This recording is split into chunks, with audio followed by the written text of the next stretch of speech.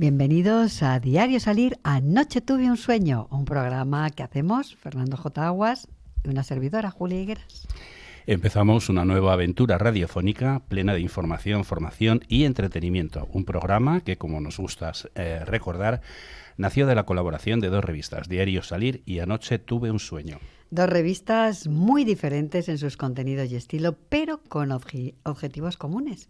El optimismo, del que hablábamos aquí hace 2 segundos, el compromiso social, la solidaridad, la accesibilidad y la protección medioambiental. Con sentido crítico, abierto a la esperanza y con vocación de servicio público.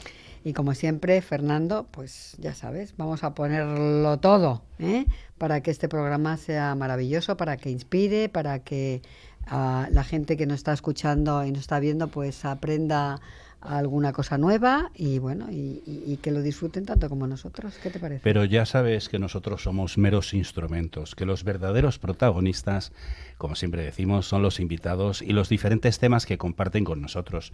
Dinos, por favor, ¿de qué vamos a hablar hoy? Pues sí, eso que dices, ¿no? Los periodistas somos el eje de nada, pero el eco de todo. Exacto, decirlo, meros intermediarios. O deberíamos ser, porque últimamente este tema está un poquito prostituido. Lo dejamos ahí, puntos sí. suspensivos.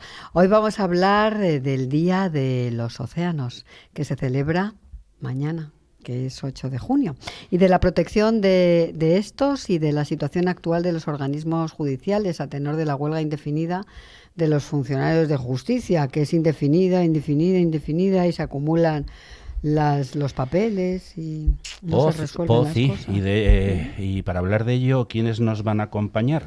Pues hoy nos van a acompañar Laura Rodríguez Zugasti, directora para España y Portugal de la ONG Marine Stewardship Council, MSC, y Jesús Sánchez Campos, director y fundador del bufete C&P, abogados especializado en Derecho del Seguro y Responsabilidad Civil y Derecho Bancario.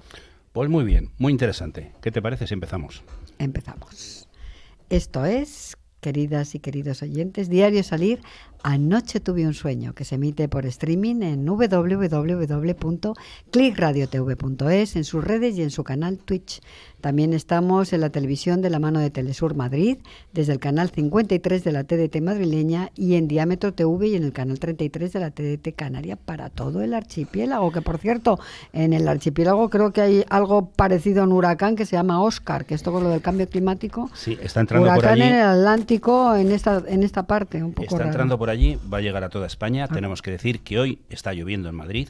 Nada grave, pero está lloviendo. Nada grave no, maravilloso, que llueva la Virgen de la Cueva. No, me refiero a nada grave por cómo ha caído en otros sitios. Sí, es una lluvia hoy muy agradable.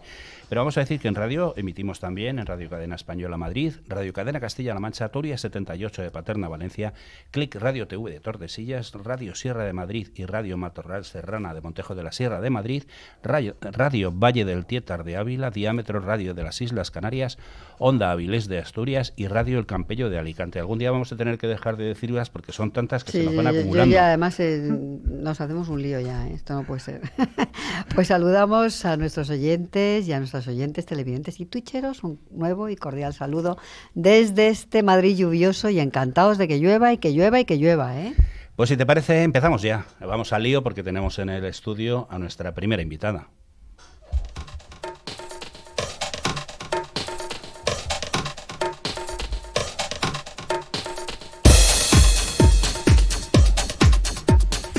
Hoy empezamos el programa hablando de qué, Julia.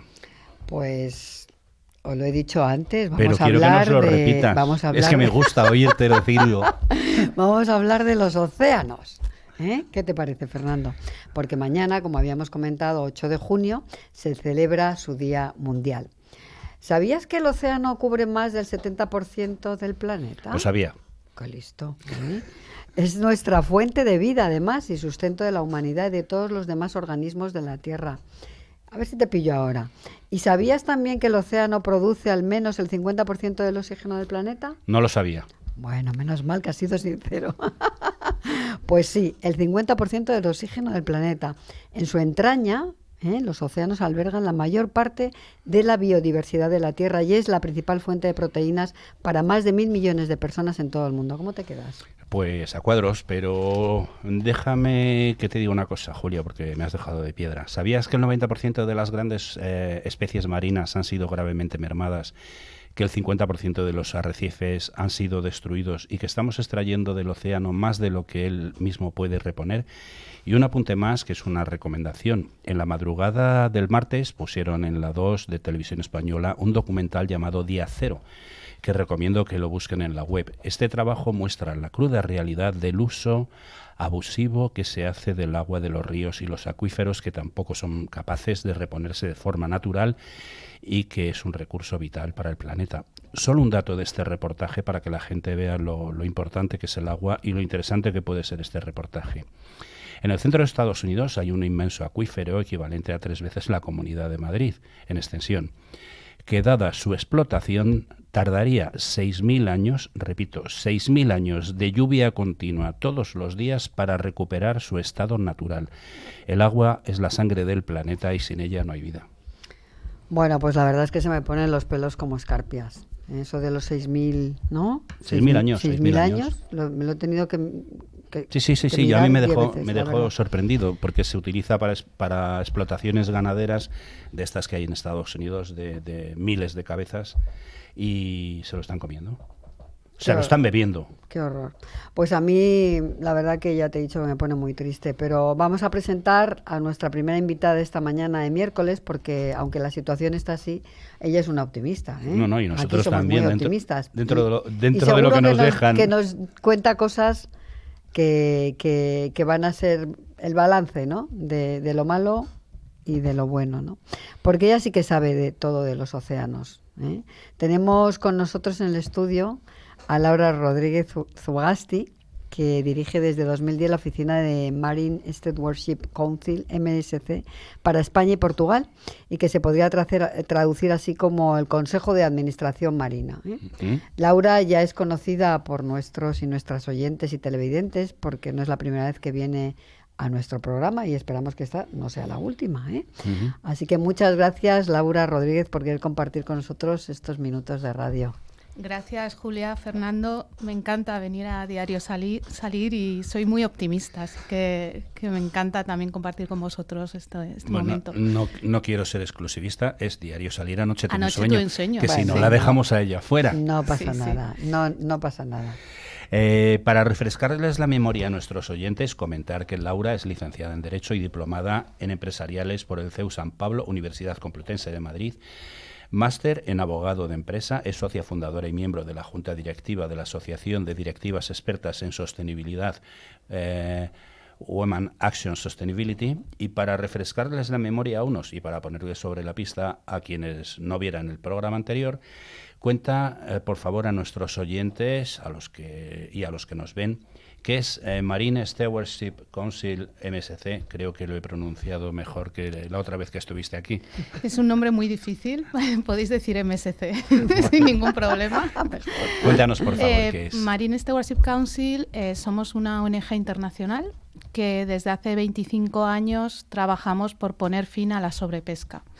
La sobrepesca es una de las amenazas que hay sobre los océanos, que significa pescar en exceso, de manera que pones en peligro que las poblaciones de peces estén disponibles para el futuro. Y en MSC lo que hacemos es, tenemos un estándar de pesca sostenible que permite a cualquier barco pesquero en el mundo medir si su pesca es de manera sostenible, y también un sello azul que se puede encontrar en pescado y marisco, de manera que los consumidores, las consumidoras puedan reconocer que ese pescado viene de una pesca respetuosa con los océanos.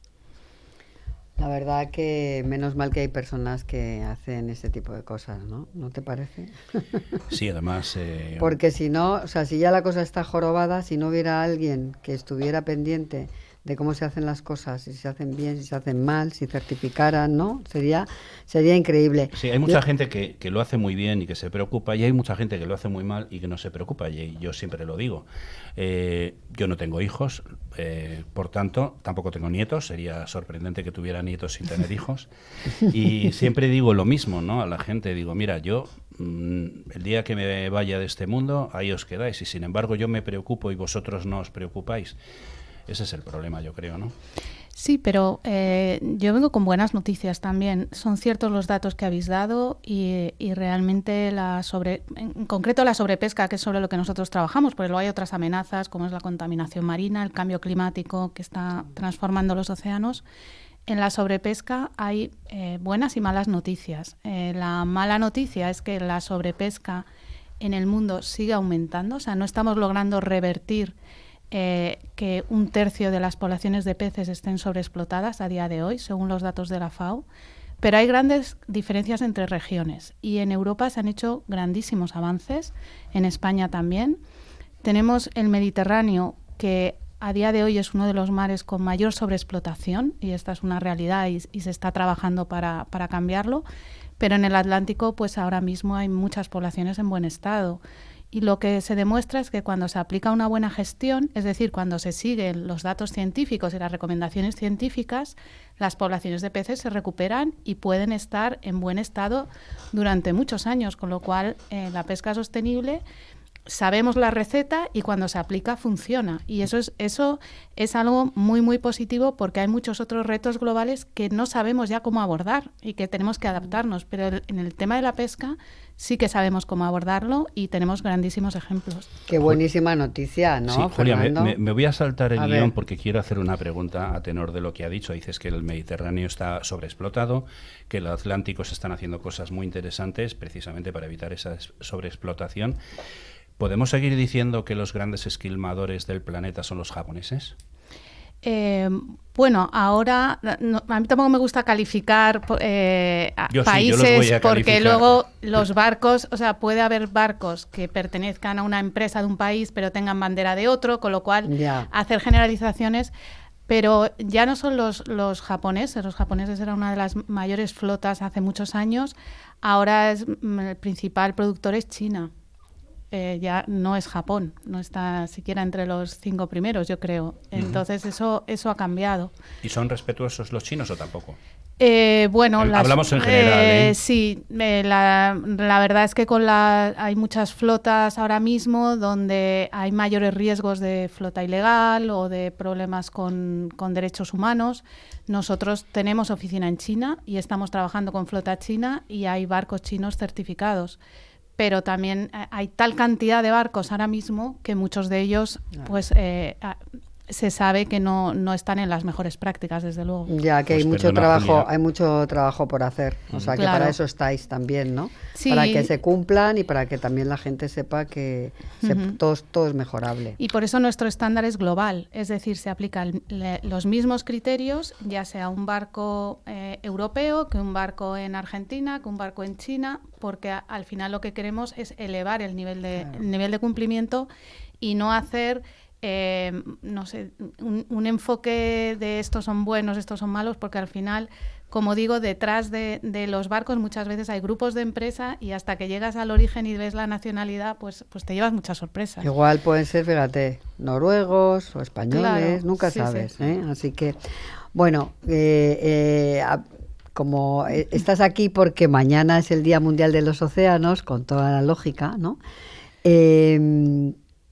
¿Nos cargamos los océanos a marchas forzadas? ¿Las corrientes están cambiando? ¿Qué está pasando? ¿Qué estamos haciendo? Pues, bueno, decir lo primero que efectivamente cada 8 de junio es un día fundamental y Naciones Unidas hace 15 años instauró esta celebración y para nosotros es un día importantísimo en el que siempre hacemos pues un montón de actividades.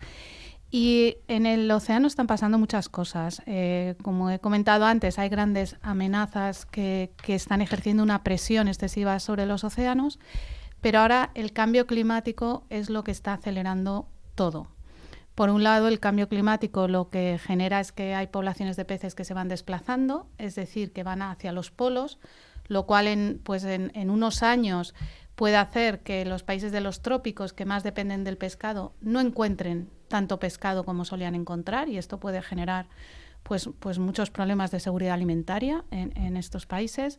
También se está calentando el agua, están los procesos de acidificación de los corales, ¿no? Que todos habréis visto estas fotos tan tristes, ¿no? De los corales blancos, y todo esto está pasando a la vez y a una velocidad, la verdad, pues bastante preocupante.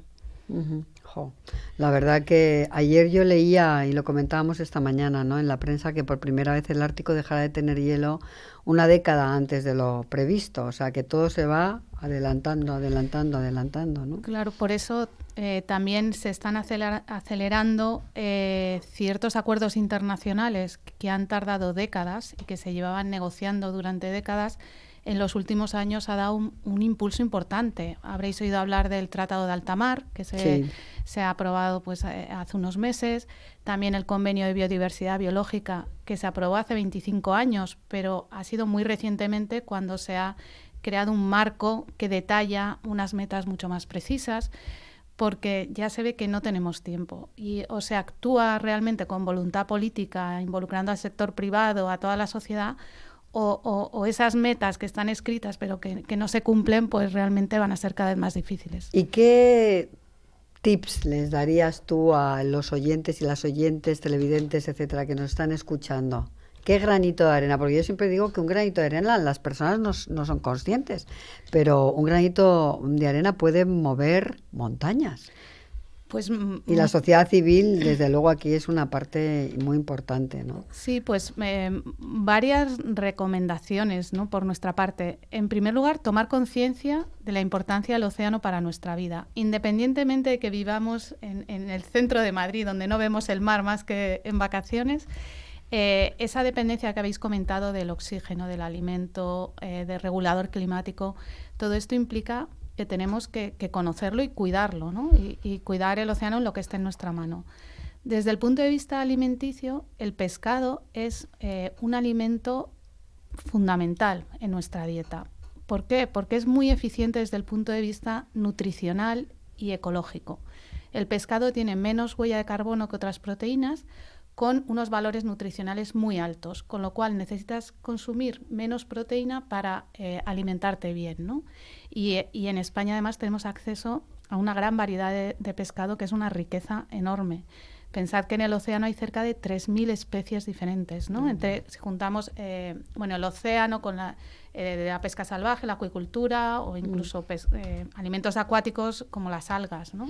Cuando hablas de esas 3.000 especies, ¿te refieres a comestibles? Sí, claro. O sea, 3.000 porque especies habrá muchísimas más. Sí, no, que se pueden de las que nos podemos alimentar, y tendemos a consumir muy poquitas, con lo cual aumentar la variedad, eso va a ser mejor para la biodiversidad y para nuestra salud. Pues además está bajando el consumo del pescado por los precios y porque la gente lo está pasando mal en esta crisis. Es una tristeza, porque además, como decías... la inflación es una cosa tremenda. Vas pescado, al supermercado... Bueno, el pescado ha subido muchísimo, pero todo, la carne, hasta los yogures, la leche, todo es increíble. A lo mejor no ha subido tanto por estudios, o sea, no es que haya subido mucho más que otros alimentos, pero sí que la gente tiene la percepción de que es un alimento... Me dicen que te acerques, perdón. Que te acerques un poquito al micrófono. ¿Aquí? Ahí, bien. Sí. La gente a lo mejor tiene una percepción de que es un alimento más caro de lo que es. Y luego en el pescado pues puedes escoger muchas especies, desde una sardina, una anchoa que es muy económica, hasta ya una lubina salvaje que es más cara. Y luego ya como última recomendación, pues elegir el sello azul de MSC, que esto asegura al consumidor que viene de una pesca sostenible, siempre que sea posible que lo encuentre en su tienda habitual. Ayer leí una entrevista que me llamó mucho la atención por el titular, que le hacían al dueño del restaurante Nobu, que estaba, no sé, creo que han inaugurado en Ibiza o no sé qué, y van a inaugurar en Madrid.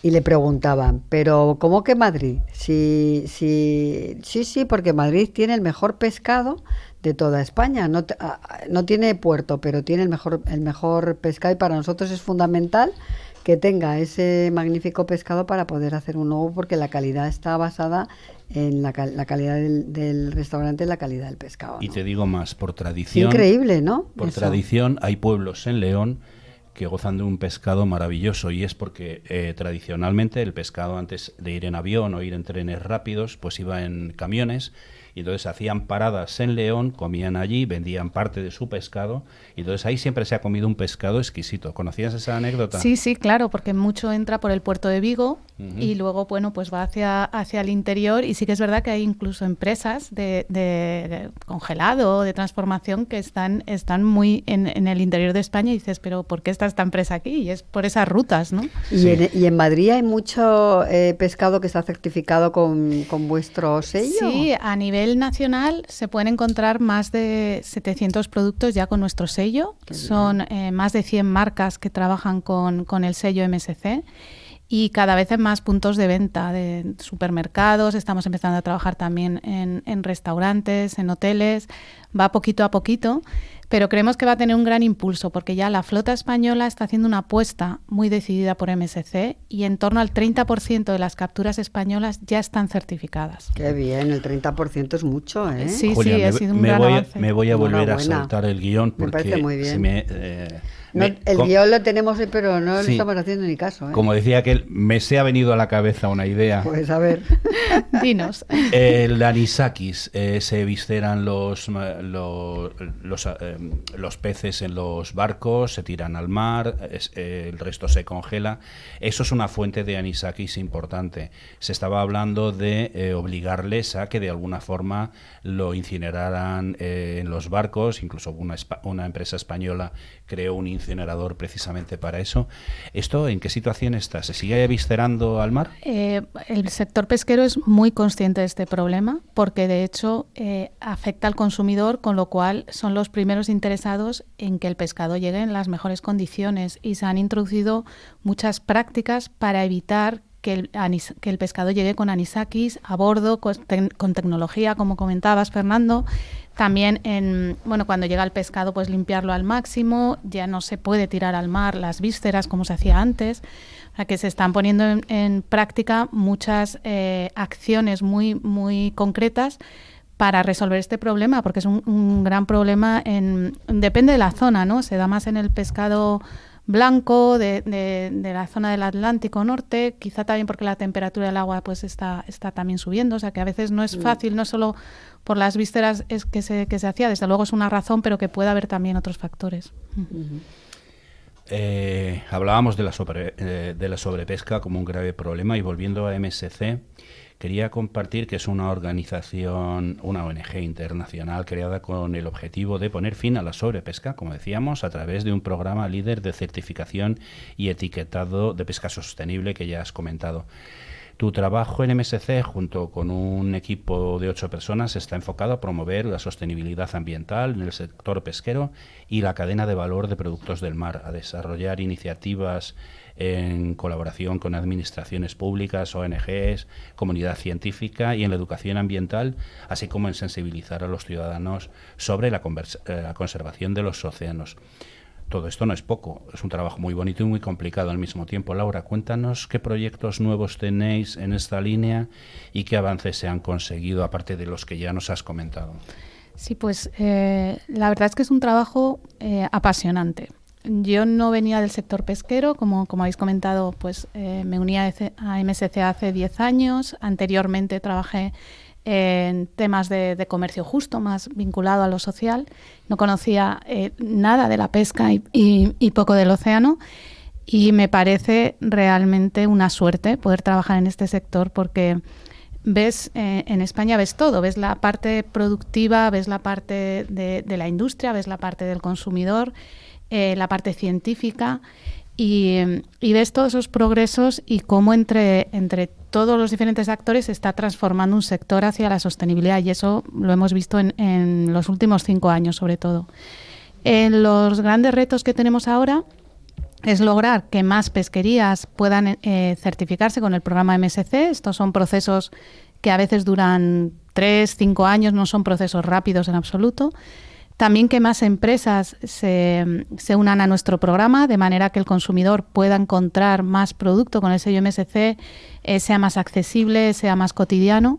Y luego un trabajo que hacemos continuo de educación ambiental. Trabajamos mucho en los colegios, en los institutos. Creemos que esa parte cada vez va a ser más importante. Estaba mirando Porque nos queda muy poquito. A mí, me mirabas a mí. A ti te miro todo el rato. Así te portas bien, ¿no? Ya sabes que eso es imposible. Perdona, Julia, sigue. Estaba viendo, ¿no?, que en este momento hay 1/3 de las poblaciones pesqueras del mundo están sobreexplotadas, que hemos comentado, ¿no? Pero también podemos decir que un 65% está en situación biológicamente sostenible. Uh-huh. Sin embargo, como sigamos así, cada vez habrá menos peces en el mar, porque el consumo del pescado aumenta, la población aumenta también. ¿Cómo pensáis que se debe revertir esta curva? ¿Se está avanzando? Aunque tú ya nos estás diciendo que muchas cosas ya, en muchos temas ya se están avanzando. Pues ahí lo que podemos comentar es que cuando se pesca de manera sostenible, las poblaciones de peces son más productivas. Es decir, si pescamos mejor, no necesariamente vamos a tener menos pescado, sino que vamos a tener más, porque vamos a permitir que se reproduzcan las especies y que sean de mayor abundancia. Entonces, cara al futuro, es básico, sabiendo que la población va a crecer, que va a haber mayor presión, mayor demanda de proteínas, de alimentos en general, el que tener más acceso y más unas poblaciones más abundantes va a ser crítico para alimentar a los 8.000 millones de personas que probablemente seamos en 2030. Casi nada, ¿no? Y que muchas de esos miles de millones comen habitualmente, se alimentan de pescado, la verdad, ¿no? ¿Cómo convencerías a los consumidores de pescado de que tienen que consumir producto procedente de la pesca sostenible? ¿Y cómo pueden comprobar en la realidad que ese pescado está certificado como pescado sostenible? Uh-huh. La primero es enamórate del pescado porque va a ser bueno para tu salud. O sea, esto como idea general. Y el consumidor tiene un poder. Yo creo que esto cada vez somos todos más conscientes, ¿no?, de este poder que tenemos en nuestras decisiones de compra. Entonces, cuando el consumidor elige pescado de fuentes sostenibles, está mandando una señal a las empresas, una señal a las empresas pesqueras, en las que les está diciendo que me importa. O sea, yo quiero saber que esto viene de pesca sostenible. Y eso es un incentivo para que más se unan, para que más empresas quieran mejorar sus prácticas y demostrar que están cumpliendo con una pesca respetuosa con los océanos. Entonces, es muy importante ejercer ese poder, tomar buenas decisiones, ser parte activa del movimiento de la pesca sostenible. Muy breve, te voy a pedir que me aclares una cosa. ¿Pescado sostenible es igual a pescado caro? No tiene por qué. La sostenibilidad implica una inversión, implica cambiar las prácticas, implica desarrollar ciencia. En muchos casos implica generar un nuevo departamento dentro de la empresa para evaluar los riesgos, establecer un plan de acción. O sea, hay muchísimo trabajo detrás. No necesariamente implica que va a ser más caro. A veces es más caro dependiendo de la especie. Pero dándole la vuelta, es que el pescado barato del que no sabemos nada tiene unos costes. Tiene unos costes que también como sociedad acabamos asumiendo, porque si un ecosistema se agota y hay que cerrarlo, al final la administración tiene que dar unas ayudas, tiene que recuperarlo. Entonces, no solo hay que pensar en el coste extra de alimento sostenible, sino qué costes no incorporados hay en estos alimentos de los que no sabemos nada. Pues se nos ha acabado el tiempo, pero tú tienes que hacer tu pregunta de siempre. Yo quiero comentar dos cosas que creo que son importantes. Primero, que lo barato al final siempre sale caro, y en tema de pescado más todavía, y en alimentación en general. Se supone. Y luego decir que con tu elección de compra diaria ya estás votando. Así que eso es lo que tú decías, Laura, del empoderamiento de la sociedad civil. Y bueno, y para terminar mi pregunta. Sí, porque nos queda medio minuto. La pregunta del sueño. ¿Con qué sueñas tú, Laura? Pues yo sueño, lo primero, con unos océanos limpios y llenos de vida. Creo que es algo con lo que hemos crecido y que ahora pues ya no sabemos si lo vamos a tener para el futuro. Y luego sueño con que en España sea líder en pesca sostenible. Creo que se está en el buen camino y yo quiero que sea realmente un referente mundial de la pesca sostenible, y estoy trabajando para ello. Pues a por ello. Espero que lo sí. seamos. Sí, muchas gracias, Laura Rodríguez Zugasti, directora para España y Portugal de la ONG Marine Stewardship Council, MSC, por habernos visitado en Diario Salir. Anoche tuve un sueño en la jornada previa al Día Mundial de los Océanos para hablarnos de todo lo que hay que hacer para cuidar estos océanos y para consumir productos del mar con cabeza y con certificación. Muchas gracias a los Muchas dos. gracias. Esperamos que vuelvas pronto.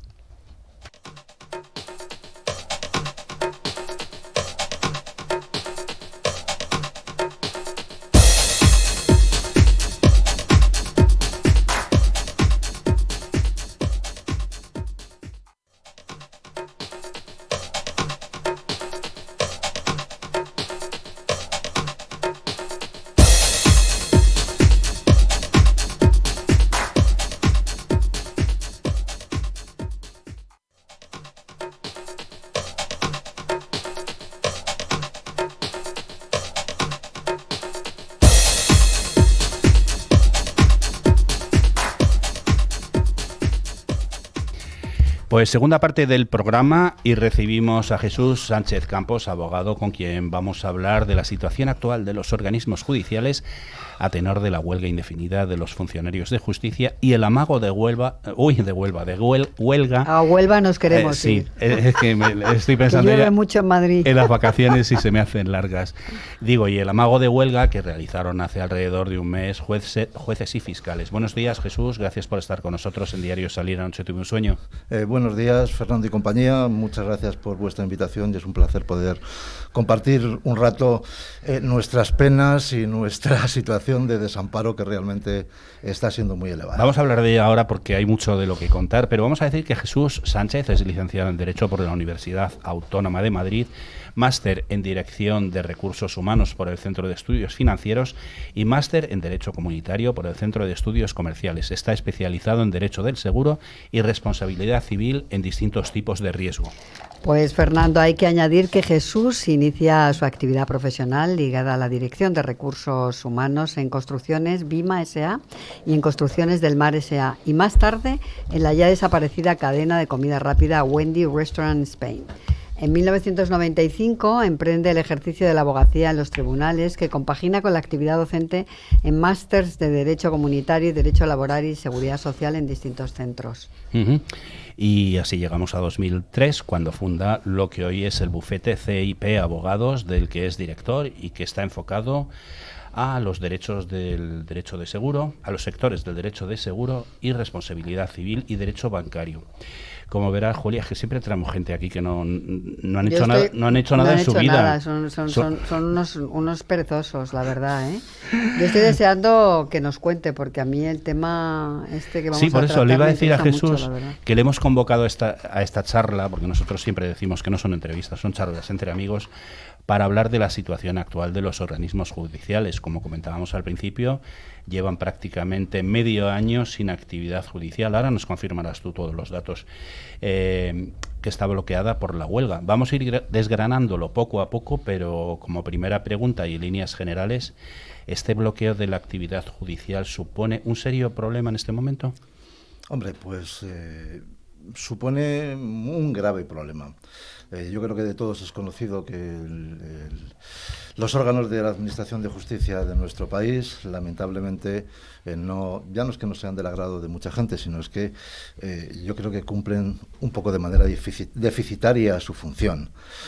La situación que tenemos ahora mismo es una situación complicada. Os puedo dar algunos datos del resultado de la huelga, primero de los secretarios o de los LAG, los letrados de la Administración de Justicia, y luego ver también cuál es el estado actualmente de la huelga de los agentes y oficiales también pertenecientes al órgano judicial. Porque hay que saber exactamente, ¿no, Jesús, por qué están en huelga, ¿no? También, si es que hay un motivo que se entienda, ¿no? Por supuesto que hay un motivo para que estén en huelga. Tiene una serie de reivindicaciones absolutamente lícitas, fundamentalmente son de carrera profesional y económicas, y sobre todo también de reestructuración y organización del sistema de la Administración de Justicia. En ningún momento se les puede poner ningún pero a su actuación, pero la realidad es la situación que tenemos.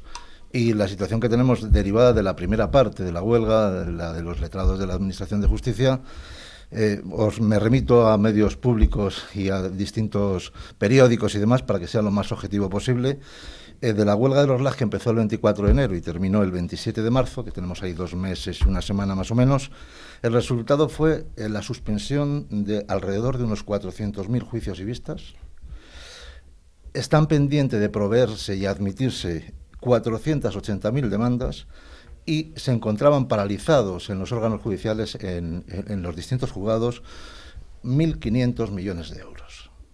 Esa de la primera. Luego hablaremos de eso, porque de esos 1.500 millones de euros hay una parte que os corresponde no a vosotros, sino a vuestros clientes, y que no podéis pagar, y si no podéis pagar, no recibís dinero, no podéis pagar a vuestros empleados, pero vamos a ir hablando de ello poco a poco. Julia, querías preguntarle... Yo quería saber con quién empezaron las huelgas, si con los jueces y fiscales o con, no sé, los letrados de Administración de Justicia, que antes se denominaban secretarios de Justicia, ¿no? La huelga empieza inicialmente con los secretarios, llegan a una situación de huelga también provocada por el bloqueo por parte del Ministerio. Esa es la realidad. Llevaban ya bastante tiempo esperando a sentarse en la mesa que ellos tienen para renegociar sus distintas condiciones, y el Ministerio pues tardó muchísimo tiempo en llevar a cabo ese acercamiento. Tanto es así que provocaron una huelga indefinida a los letrados de la Administración de Justicia y tardaron 2 meses y una semana en llegar a un acuerdo.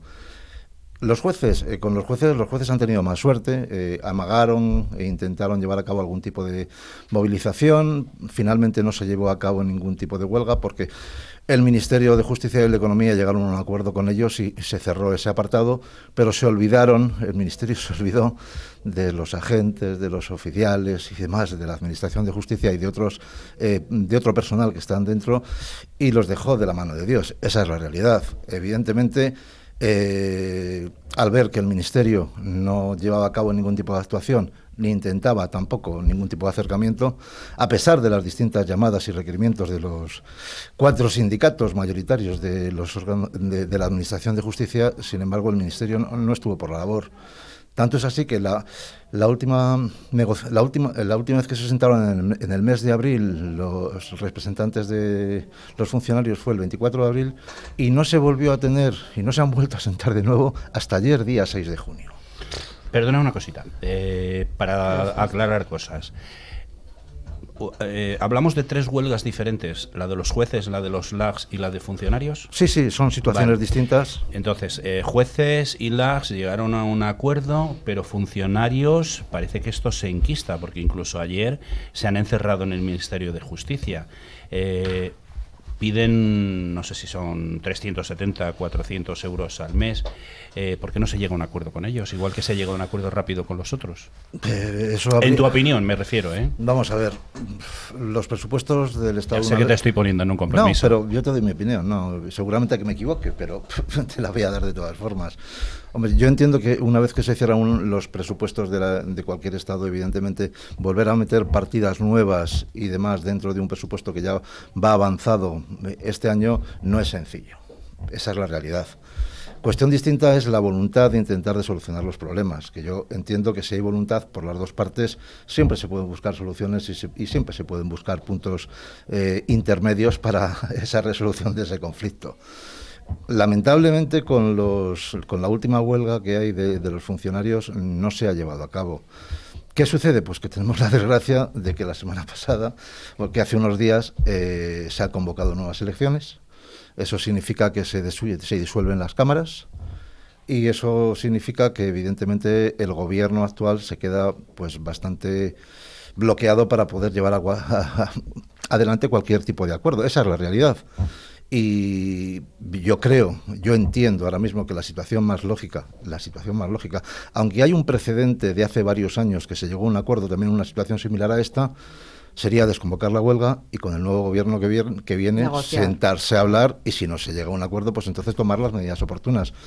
Yo creo que ahora mismo es una situación complicada que se pueda llevar a cabo una solución. Es difícil. No digo que imposible, porque imposible no hay nada, pero lamentablemente es difícil. Sí, porque además en puertas de unas elecciones generales yo creo que nadie se va a poner a negociar. El Ministerio no se va a comprometer y lo van a dejar correr. Oye, me comentabas cuando hablábamos el otro día Y lo has dicho ahora, que desde el inicio de la huelga se han suspendido y aplazado, no sé si has dicho 400.000, yo tenía datos de incluso 600.000 vistas y procesos judiciales. He leído discúlpame, esos son durante el periodo de los LAG o de los secretarios judiciales. Durante el periodo de tiempo que llevan los funcionarios, agentes judiciales y el resto de personal y demás, según el Diario Público publicó el día 31 de mayo unos datos donde hablaban de que se habían suspendido, derivados de esa huelga, unos 500.000 juicios, que respetuosamente me parece excesivo. Llevaban paralizadas unos 3 millones de actuaciones judiciales. Y hablaban los representantes de los sindicatos y demás que la huelga estaba afectando como un 80% de los funcionarios en los que están ahora metidos en esta situación. Y yo me hago una pregunta, Jesús, ¿no? Si después de llegar a un acuerdo, o sea, con este gobierno ya imposible, con el siguiente, ¿y qué va a pasar? Porque aunque llegues a un acuerdo, ellos estarán fenomenal porque habrán conseguido lo que quieren. ¿Y qué sucede con estas más de 600.000 vistas que están aplazadas, los procesos judiciales de no sé qué? ¿Que se van a poner a trabajar a destajo? ¿Qué van a hacer? ¿No? Y yo amplío la pregunta. ¿Y cuánto tiempo se va a tardar en volver a la normalidad con todo esto que se ha ido aplazando? Una normalidad que ya carecía de... Sí, bueno, hablamos de aquella normalidad. Vamos, lo primero de deciros que yo no tengo una bola de cristal Nos encantaría, que me gustaría. Pero me comentabas que tú pensabas que todo esto tardaría 2 años más o menos en volverse a poner al día. Tenemos un problema. Venimos de una pandemia. Claro. En la pandemia, después sabéis que hubo un plazo de suspensión donde los juzgados cesaron su actividad. Estuvimos ahí como 4 meses y medio, si mal no recuerdo, que me puedo equivocar, donde también los juzgados estuvieron paralizados y demás por el COVID. Mientras que la mayor parte de las empresas españolas, digamos que tuvimos la necesidad, y en parte nos obligaron también, a llevar a cabo y a implementar nuevas medidas para poder seguir trabajando, para poder seguir llevando nuestra vida lo más normal posible a nivel empresarial y a todos los niveles. Sin embargo, la Administración no lo hizo. Esa es mi humilde opinión. Efectivamente. Claro. Entonces, ¿qué sucede? Ya ahí nos encontramos con una situación complicada. Situación complicada que no viene solamente de ahí, sino la situación de la justicia española y las demoras de la justicia española vienen de muy atrás. No es una cuestión que vengan de hace 6 meses, 8 meses, 1 año o 2. Lo que pasa que ahora mismo con todo esto, pues evidentemente se va a agravar mucho, y saber cuánto tiempo van a tardar en desatascar los procedimientos que están. Yo os puedo decir, mira, nosotros llevamos actualmente por toda España unos 57.000 expedientes judiciales por toda España. Las vistas se nos están suspendiendo bastante, pero no estamos encontrando nuevas resoluciones de la misma manera que se han suspendido, donde se vuelva a establecer nueva fecha de señalamientos. Y ya digamos que llevamos medio año con esta situación. ¿Desbloquear eso? Yo confío en que se pueda desbloquear, pero vamos a tardar años, y no sé deciros cuántos, pero es una situación complicada. Yo sé que ahora mismo el Ministerio está haciendo esfuerzos, está implementando nuevos sistemas informáticos para poder desarrollar su trabajo con mayor agilidad y mejor, se está implantando el expediente judicial y demás. Gracias a Dios tenemos muy buenos profesionales dentro del mundo de la judicatura y dentro de los juzgados. Menos mal, sí. Eso es una cuestión que es una realidad y es evidente, pero digamos que la implementación de los medios adecuados, establecer un sistema de organización adecuado dentro de los organismos judiciales, dentro de los propios juzgados. Sí, que están obsoletos, la verdad. También, la ley ¿no? sigue estando desde hace un montón de años y al igual que evolucionan otro tipo de actividades y otro tipo de situación, es que esta actividad, que yo la considero fundamental para el desarrollo y el progreso de un Estado. Si no hay seguridad jurídica, si tenemos una justicia lenta, pues, si tú tienes un procedimiento que te dura desde que presentas la demanda hasta que tienes la sentencia en primera instancia y luego en segunda pasan 4 años, cuando quieras llevar a cabo y hacer efectivo ese derecho que estás intentando reclamar, en la mayor parte de las veces no vas a poder porque son insolventes, se encuentran en situaciones calamitosas las empresas y Para mí una justicia lenta no es justicia, necesitamos una justicia ágil que pueda desarrollar y pueda dar una respuesta a los ciudadanos, porque al final los perjudicados en todo esto son los ciudadanos y las empresas que desarrollan su actividad económica. Y que además está vulnerando sus derechos, que eso hay que decirlo también. Sí, pero ¿no? Déjame porque luego vamos a ir a los derechos porque entran en conflicto derechos que nos va a comentar, pero fíjate, me comentabas el otro día que en los juzgados no rige el principio de jerarquía, que es también un problema muy serio, porque los jueces podrían imponer normas dentro de los juzgados, pero los jueces dependen del Consejo General del Poder Judicial, los LAG dependen del Ministerio de Justicia, y los agentes y auxiliares de justicia dependen de las comunidades autónomas. Esto es un despropósito, Qué cacao. Bueno, vamos a ver, las normas que regulan todas estas actuaciones, si realmente fueran eficaces, lo que pasa es que ya son muy antiguas, como os he dicho, y aquí necesitamos nuevas soluciones para nuevos problemas. Esa es la realidad. Entonces, porque si seguimos haciendo lo mismo, ¿no? Pues no tendremos resultados diferentes, que decía Einstein, es que ¿no? no vamos a resolver el problema. Si seguimos cabalgando sobre el mismo caballo cojo, llegaremos a la meta tarde, como siempre, lamentablemente, y no daremos efectividad a esa justicia que todos pretendemos y mantendremos ese principio de seguridad jurídica para todos los ciudadanos y empresas que desarrollan su vida y su actividad económica en España. Uh-huh. Jesús estima que en este momento hay entre 2.500 y 3.000 millones de euros en indemnizaciones y pagos bloqueados, como habías comentado antes, y que vosotros en CIP Abogados tenéis pendiente de cobro más de 1 millón de euros de indemnizaciones y pagos a vuestros clientes.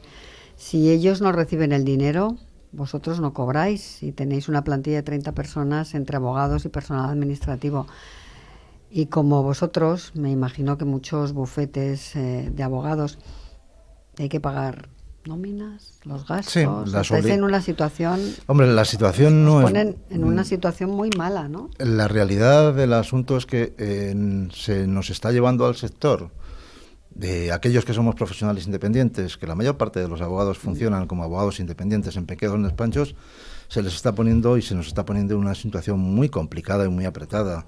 Evidentemente, como tú bien has indicado, si no cerramos expedientes, si no recuperamos, si no tenemos sentencias, nuestra situación es complicada, es una situación complicada. Nosotros, gracias a Dios, vamos defendiéndonos y demás, pero la situación de muchos letrados y de muchos bufetes en estos momentos, tanto de abogados como procuradores, están en una situación muy difícil y nadie se da cuenta de eso. Yo creo que esa es mi mayor no queja, pero sí disgusto. Ya no solamente esa situación que se nos está provocando, cada uno dirá, bueno, es vuestro problema, si no tenéis medios para seguir adelante o lo que sea, intentar llevar a cabo las soluciones adecuadas, que es cierto, pero es que las soluciones adecuadas vienen de un correcto funcionamiento de la Administración de Justicia. Por supuesto, así que le vamos a tirarle de las orejas porque esto no puede ser, ¿eh? O sea, que hagan su trabajo. ¿Qué me estabas diciendo que no te he entendido? No, que nos queda ya muy poquito tiempo. No, pero nos quedan todavía 3 minutillos o 4. Bueno, vale, sí, tú sigue. Lo vamos a apurar porque el tema... Es que, ¿sabes qué pasa? Que veo a otros compañeros que tienen otro programa después y los veo pasar vamos a terminar, por la cristalera y ya me estoy poniendo vamos a terminar aquí, antes, no pero sé es que es muy interesante y muy importante. Decías... y también apuntaba Julia que es un momento complicado porque están en conflicto el derecho de huelga y el derecho a la tutela judicial efectiva. Evidentemente, aquí en esta situación, digamos que se confrontan dos derechos fundamentales. Se ha respetado el derecho fundamental de huelga de los distintos agentes que se han puesto en huelga y no se ha respetado el derecho a la tutela judicial efectiva de los ciudadanos y de las empresas. Esa es la realidad. Y esa es la triste realidad. ¿Cómo se solventa eso? Bueno, muchos pueden pensar, son derechos fundamentales, están ahí, son una entelequia y demás, pero yo entiendo que rigen los distintos principios del funcionamiento de nuestro Estado, vienen recogidos en nuestra Constitución y yo creo que desde mi humilde punto de vista el derecho a la tutela judicial efectiva debe de alguna manera estar por encima del derecho a la tutela judicial, al derecho de huelga, que en este caso se ha respetado completamente el derecho de huelga, completamente por todo el mundo. Y la última queja, no queja entre comillas, es el maltrato que hemos sufrido los profesionales que estamos detrás de esos procedimientos. Hablo de procuradores y abogados fundamentalmente. Cuando se han suspendido todo este tipo de procedimientos a lo largo de este medio año que llevamos, además de intentar nosotros ver si se van a celebrar los juicios o no celebrar los juicios y demás, llamando a los juzgados y demás, la respuesta mayoritaria ha sido que el día de la vista nos los indicarán. Eso está muy bien si los juicios los tenemos en Madrid, pero si los tenemos en Canarias, en La Coruña, en Vigo, hemos tenido que desplazarnos allí. Todos los profesionales, ha habido varios decanos de distintos colegios que han puesto y han dado la voz de alarma para que, por favor, los juzgados comunicasen, aunque fuera por teléfono, la suspensión de las vistas antes para no tener que desplazarse, pero lamentablemente tampoco se nos ha hecho demasiado caso. Entonces, esa sería mi segundo mayor malestar. Ya. Nos quedan 3 minutillos. Un par de preguntas, Julia. Vamos muy justitos. Sí, no, yo solamente quería saber, porque los atascos de la justicia ya venían antes de la huelga. Supongo que esto es por una cuestión de falta de personal. También están pidiendo más personal. ¿Qué va a pasar con eso? Yo creo que porque tendrían que poner a media España a trabajar en los juzgados para que las cosas se mejoraran y se solucionasen, ¿no? Para mejorar una actividad se necesita dotar de medios, pero ya no solamente de medios humanos, sino en este caso de medios tecnológicos. Yo creo que por ahí es por donde va la solución del atasco que tenemos y demás. No olvidemos que al final quien realmente dictan las resoluciones, firman las resoluciones de todo tipo y condición, son tanto jueces o magistrados como secretarios o letrados desde la Administración de Justicia. Si dotamos de agilidad todo lo anterior, y evidentemente se pueden reforzar esos puestos que he indicado primero, pues evidentemente conseguiremos conseguiremos desatascar, por lo menos. Pero yo creo que la solución a nuestro problema pasa por una reforma importante de la Administración de Justicia, y eso no se va a llevar a cabo de manera rápida, y yo no sé tampoco si hay mucha voluntad de llevarlo a cabo. Pues me has leído el pensamiento, porque te iba a decir, ¿cuál crees tú que es la solución? Pues ya nos la has dado, una reforma en profundidad del sistema judicial español, ¿no? Que se lleva pidiendo hace muchísimos años, que no es nada nuevo, la verdad. Julia, tu pregunta, la que te gusta. A mí la solo te final. Pregunto la del final, porque estamos ya casi fuera de tiempo. ¿Con qué sueñas tú, Jesús? ¿Con qué sueño? Sí, en relación con la abogacía, con el sistema judicial o incluso de manera personal. Pues mira, con llegar un día a un juzgado y no tener que estar esperando en la puerta del juzgado 1:30 para entrar y celebrar una vista, que si hay un problema por parte del juzgado, que los hay, al igual que hacemos los profesionales, si tenemos un problema nos disculpamos por no haberlo podido hacer, alguna disculpa de vez en cuando, y que nos traten de una manera un poquito más humana. Eso es la verdad que con eso muchos profesionales nos daríamos por más que satisfechos y con la obligación cumplida. No nos dan un buen trato. O sea, esto ya me has dejado un poquito sorprendido. Me has dejado un poco sorprendido. Hombre, hay maneras. Si tú entras en una sala 1:30 tarde por el motivo que sea, y entras y te hacen entrar 1:30 tarde, qué menos que pedir una disculpa. Joder, señor letrado, discúlpeme que me ha llevado mucho tiempo este juicio anterior y ya, lo cual, y no pasa absolutamente nada, pero hombre, todos somos humanos y todos lo merecemos un trato lo más cordial posible. Al final somos todos profesionales que estamos inmersos en el mundo de la Administración de Justicia, y creo que es cierto que los jueces y demás partes de todos los organismos internos y que funcionan de manera orgánica allí son importantísimos, pero aquellos que hacemos de conexión entre el ciudadano y las empresas y los juzgados, pues bueno, también nos merecemos un poquito de cariño de vez en cuando. Por supuesto. Oye, pues mira, todo el mundo se merece que le traten bien. No tenemos más tiempo, lo siento mucho, sí, corto, te iba a decir que todo el mundo soy yo aquí la que hoy estoy haciendo de mala, porque normalmente es él, pero es normalmente la estricta gobernanta con el tiempo soy yo. Pero nos tenemos que marchar. Hay otro programa ahora. Sí. Pues si nos quedan 2 minutos para terminar el programa y lo vamos a terminar. Te iba a preguntar una cosa. ¿Dónde se pueden informar? ¿Tenéis una página web o algo así? ¿Respecto a qué? qué? Perdóname. Todo lo que hacéis.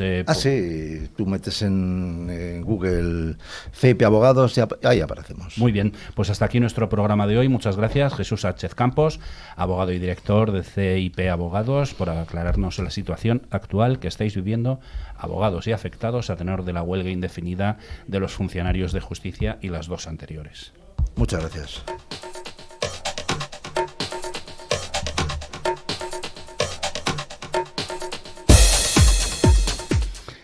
Pues esto ha sido todo por hoy. Agonías, que agonías no, es que tenemos otros compañeros que están esperando y cuando yo estoy esperando a mí no me gusta que quedan 6 minutos hasta que empiecen. Son 5 minutos. Así se que tienen que sentar en el estudio y yo soy...